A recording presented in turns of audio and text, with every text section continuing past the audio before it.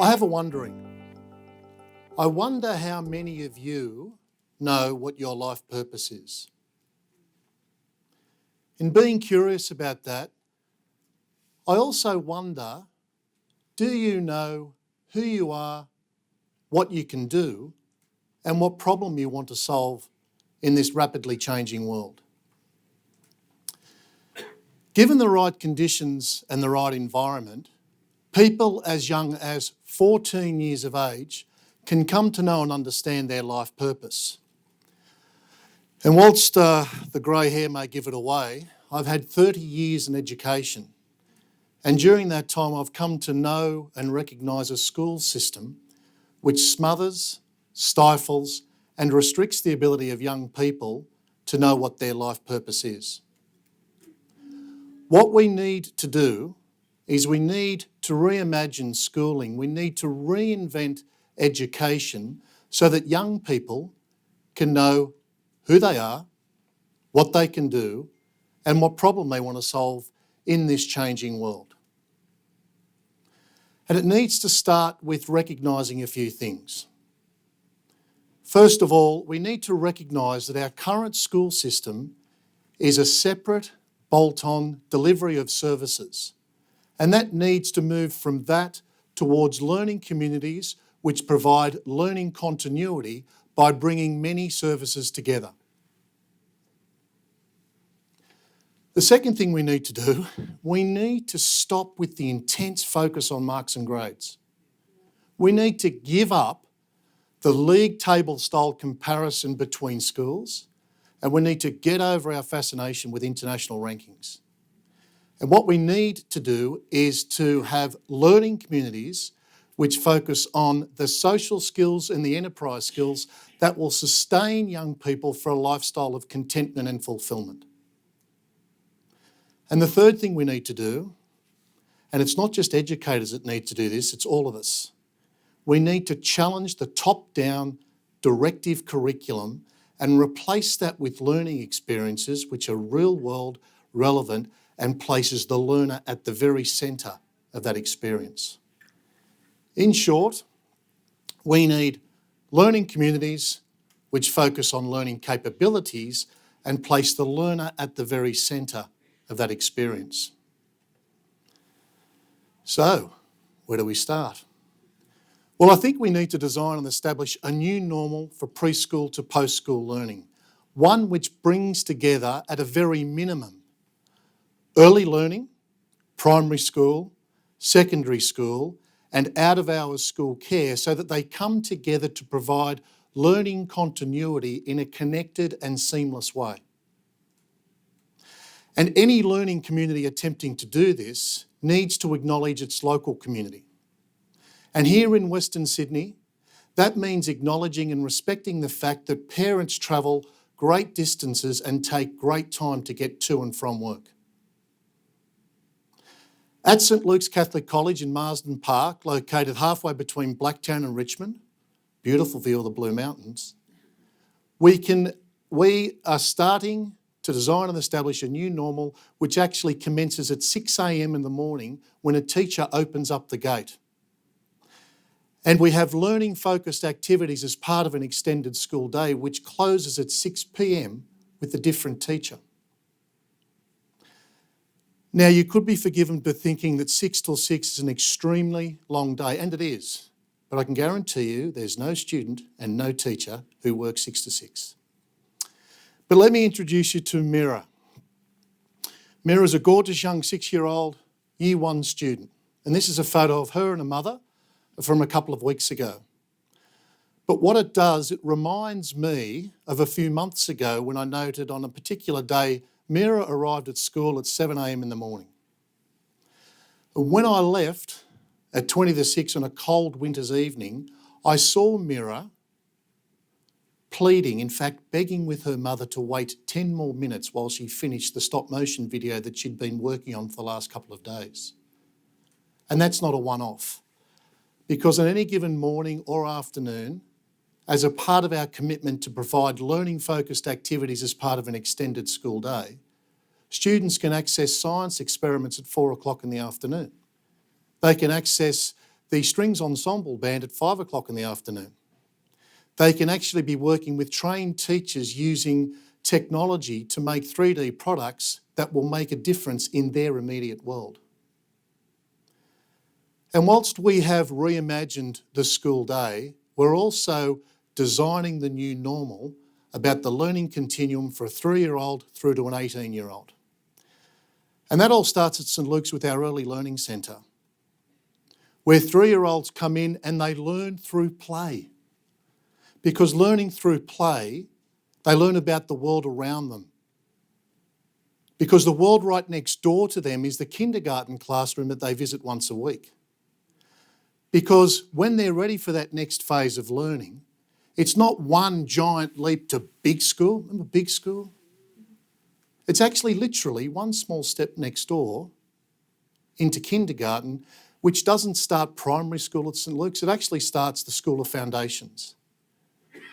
Because that's what it is. It's a time where we relentlessly and rigorously focus on reading, writing and basic mathematical concepts and other key learning areas, because they are the key which unlock the potential for every single student. But it's not just that. We also introduce what we call a learning capabilities language, and it's interpreted for our context because we have what we call our 6 pillars of learning. So whilst we are attending to reading, writing and basic mathematical concepts, we are also introducing the 6 pillars of learning which ask and challenge every young person to think about how they manage themselves, relate with others, communicate and collaborate, think critically, work creatively, and to be digitally literate. And never is that more apparent than when we have student-led conferences, because we don't have parent-teacher interviews at St Luke's. We actually facilitate and provide an opportunity for each young person to host a learning conversation with their mother and father in the presence of their teacher, where they provide feedback and updates about their progressions around the 6 pillars of learning. Because it's those 6 pillars, not the marks and grades, that will sustain each young person for a lifestyle of fulfilment and contentment way beyond school. And never have I been more reminded about that ability when Richard, father of 7-year-old Ethan, when their student-led conference finished, Richard came straight up to me and said, "Greg, that was remarkable. I have people who work for me who can't stop and reflect and speak about themselves like that." And Ethan's not a one-off. So with this focus on reading, writing and the key learning areas, with an increasing ability of people, our young people to know and understand who they are and what they can do through the learning capabilities, they're ready for our next phase of learning, which is the School of Leadership. And that starts in year 5. They don't move on to secondary school. They move on to the School of Leadership, because it's at 10 years of age that research tells us that 83% of people that age stop to reflect at least once a week or more than once a week about their future, about their career. The unfortunate thing is the same research tells us that only 10% of those young people have the opportunity to discuss those aspirations with an adult. So it's during the School of Foundations that we introduce Richard and James, who are not teachers. They're industry life coaching experts who come into our school once a week to sit side by side with teachers and students and introduce a new way of thinking about who they are. Because of the 7.4 billion, not million, 7.4 billion people who exist on this planet, we're all built uniquely different. We all have a unique purpose for this world. Just like a mobile phone has its own SIM, we have our own SIM. We have our own strengths, interests and motivations. And Richard and James are trained to work with other teachers to unlock deeper thinking, the innate talents that lie within each of us, that I'm sure many 35, 40 and 45-year-olds that Richard and James work with wish they knew about when they were 10 and 12 and 14. And it's at that time that those young people come to understand themselves as more than a mark and grade. They get to understand themselves as whether they're a carer or a strategic thinker or someone who can win over others, someone who's well organised. And it's with this increased language around talents and strengths, the learning capabilities, and with the increasing commitment to maintaining the key learning areas and the core curriculum, that we get really serious at the end of the School of Leadership, because we almost expect each young person by the age of 14 to lead in an area of interest with competence and confidence, because they have a deepened understanding of who they are, what they can do, and what problems they want to take on in this increasingly complex world. And by the end of year 8, they're ready for the final phase. Again, we haven't mentioned primary or secondary, the final phase of this preschool to post-school community, which sees them enter the School of Entrepreneurship. And it's here we get really, really serious about putting the learner in the driver's seat of their learning, not our learning, their learning. And with a myriad number of approaches, but in particular a clever use of time and a focus on the core curriculum, we extend the curriculum and free up time so that there are 4 days a fortnight in year 9 and 4.5 days in fortnight in year 10 where students can actually self-direct their own learning. Now that opens up a myriad, a multitude of possibilities and opportunities. It may see young people commencing the HSC early in a subject or two, which spreads the love of the HSC over 3 or 4 years rather than compacting it into 1 or 2, because we all know that that can trigger great stress and anxiety for some young people.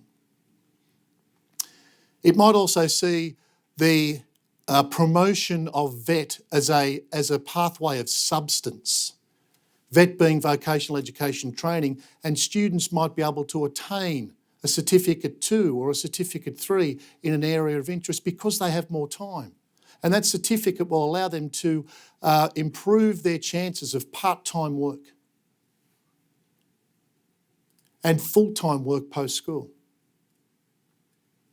But in a place where learning equals infinite possibilities, it may also see the Year 9 writers work with the musicians, work with the actors, work with the marketers and the backstage people that are so important for these events to produce their own musical.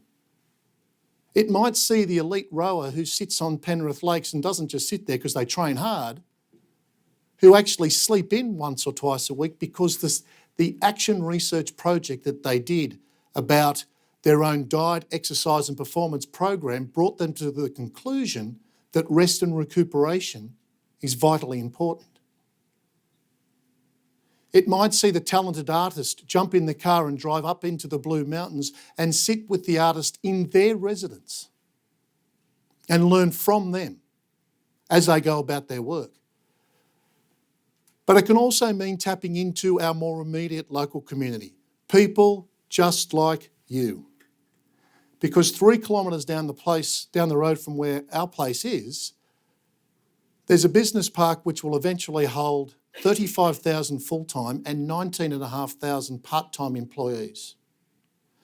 Why wouldn't we invite some of them to come into a co-working space at St Luke's so that our 15, 16 and 17-year-olds can learn from the experts in their field, the architects, the accountants, the business owners, the startup entrepreneurs. The great thing about this is that by the time a student leaves St Luke's, they won't leave just with a high school certificate. They will leave with that and this online folio of evidence that showcases the very, very best of who they are, what they can do, and what problem they want to solve. And that can reach out across the whole world. This is just one interpretation of what a learning community which focuses on learning capabilities and places the learner at the centre can look like. Our Secretary of Education, Mr. Mark Scott, who's based here in Parramatta, has defined this time in history as education's moment. Mr. Greg Whitby, the Executive Director of the Diocese for 80 Schools in the Diocese of Parramatta, who's also based in Parramatta, encourages us to act with the fierce urgency of the now. This is St Luke's fierce urgency of the now. But I know that when we all work together across sectors and with our local communities, we will have learning communities that focus on learning capabilities that place the learner at the centre. And when we do that, each young purpose will be able to move on to a post-school life knowing their life purpose. Thank you very much.